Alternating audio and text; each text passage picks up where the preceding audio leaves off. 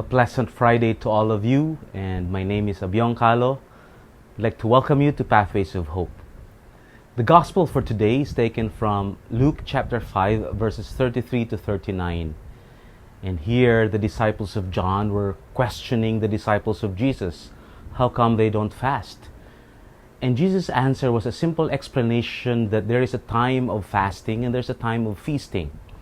And that he uses the image of a wedding to illustrate that by being with the bridegroom, the wedding guests should not fast. But this is not just a question of a practice of fasting.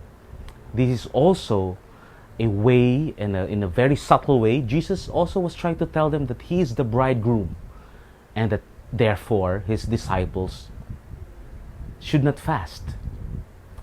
Our time with Jesus is a time of celebration, but there will also come a time that we will also fast in order for our own purification.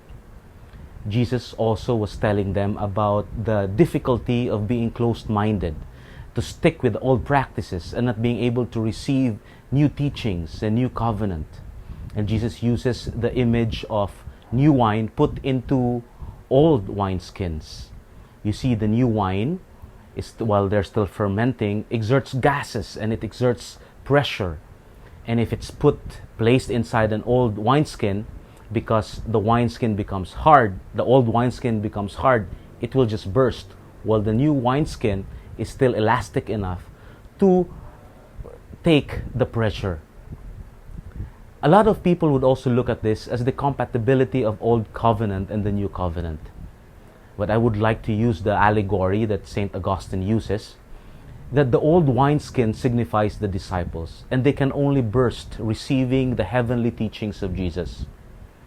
But only after the Pentecost do they become new wineskins, and enabled by the Holy Spirit, they can now receive the greater fullness of grace and truth, of love and truth. My dear friends, we're thankful that the Holy Spirit in our lives makes us new wineskin. And so therefore, the laws is no longer written on tablets of stone, but on the hearts of flesh.